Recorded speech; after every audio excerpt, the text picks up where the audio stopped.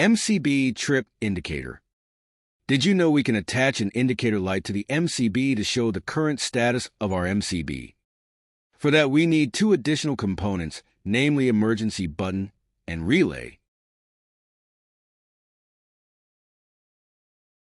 Now, let's install all the components. Connect the power supply to the MCB input terminal.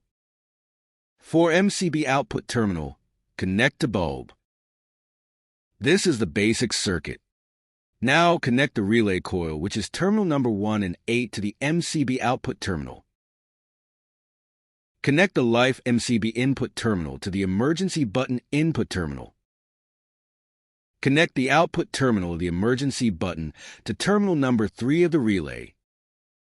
We will use a normally close relay contact. Connect terminal number 4 of the relay to the indicator light input terminal. Finally, connect the output terminal of the indicator light to the neutral input terminal of the MCB. During normal operation, the relay will be energized and will open the indicator lamp circuit. During trip situation, the relay will be de-energized and will close the indicator lamp circuit. To turn off the indicator lights during a trip situation, press the emergency button.